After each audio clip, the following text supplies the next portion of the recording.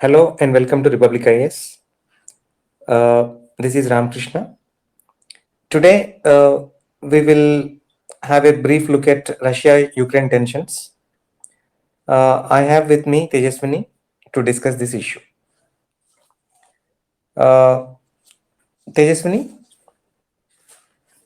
Good evening, sir. good evening, Tejaswini. So now I have a few questions for you. Uh, Now, you just tell me very briefly, why is the whole world actually giving so much attention to Russia-Ukraine tensions? Sir, historically also Europe has been the continent which was a home to various world wars, both the world wars and even later the Cold War issue. So to prevent such issues further in future, the whole world, I think both the West and even Russia is in the spotlight now. Okay, very good, very good. Now, essentially, I mean, this is the continent where Russia is reasserting itself. And please remember, it's been just about 2 decades or so since Cold War ended. Now, the fears are a newly assertive Russia. What would it actually do? And if tensions escalate, where would they lead to? These are the concerns. Is it going to be a new Cold War? So, and geopolitical implications of that.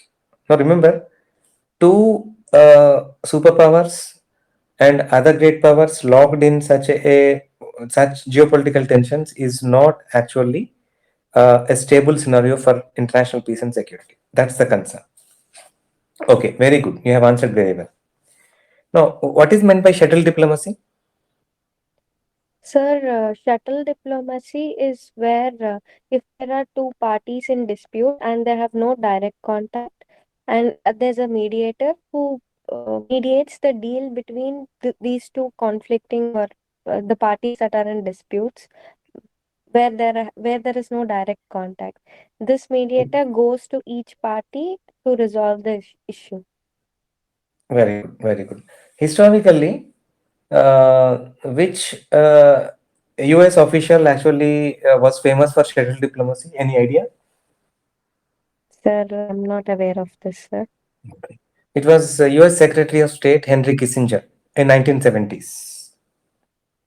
US Secretary of Okay. State Henry Kissinger. I think during Israel-Palestine wars and even US rapprochement with China, during these, issues, he was known for his shuttle diplomacy, traveling across various capitals across the world. Okay. Okay, coming back to Russia-Ukraine issues, uh, what are these Minsk Accords about? Sir, Minsk Accords are like a peace agreement signed between Russia and the separatists in eastern Ukraine, sir. So it brokers there are certain points where which has brought peace between these two countries, uh, Okay, okay. like Actually, reducing the army personnel or giving amnesty to these separatists. Such points are discussed in these accords. okay. Now, essentially, this is an agreement between Ukrainian government and the separatists in East Ukraine, so-called Donbas region, Dom- DONBAS. Yes, sir. Yes. Not Yeah, Russia. It is Ukraine and the separatists in Ukraine. Yes, sir. I yeah, was wrong. yeah. So, okay.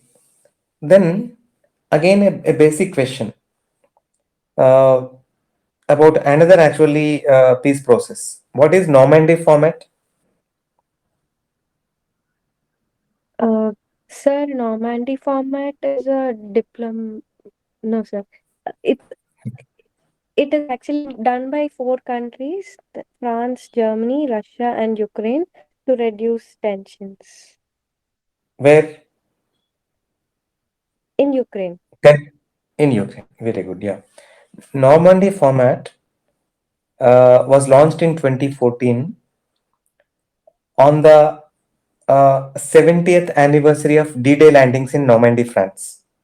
No, what do you know by D-Day uh, landing in Normandy? Any idea? No, sir, sorry, I'm not aware of this. Yeah, yeah.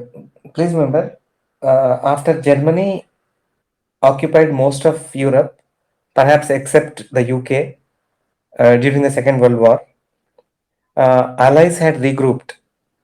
That is, US, UK, and Russia, and they have landed on the Normandy coast of France to lead a counteroffensive against German forces.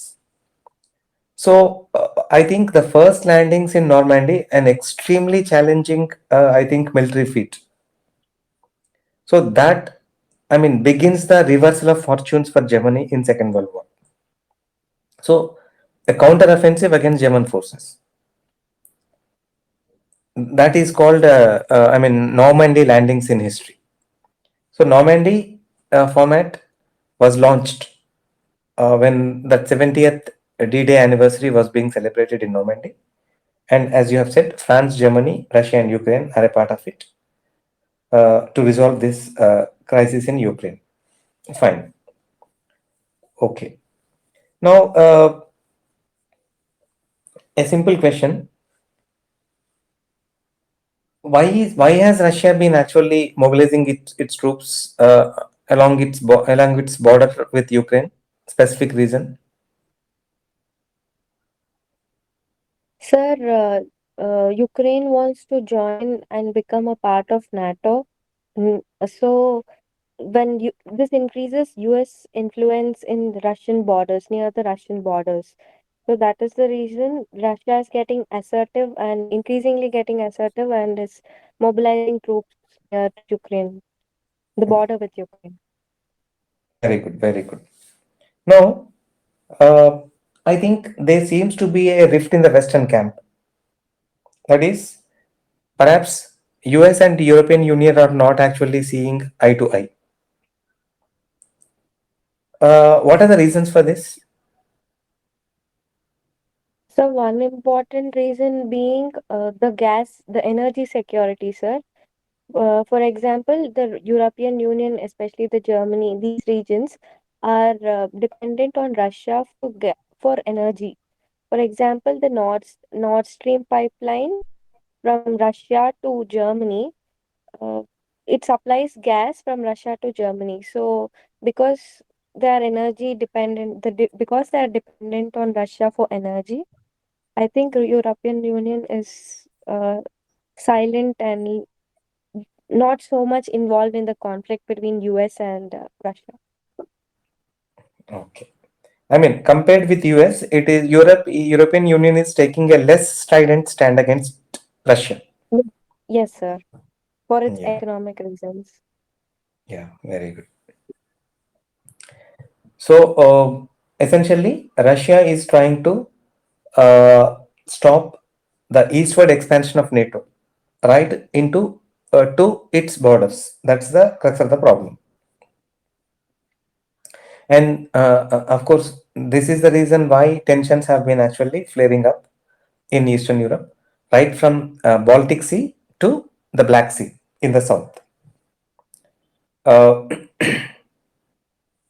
and by the way, when we say Black Sea, Russia's largest naval fleet is in the Black Sea on that Crimean Peninsula, which was occupied from Ukraine in 2014.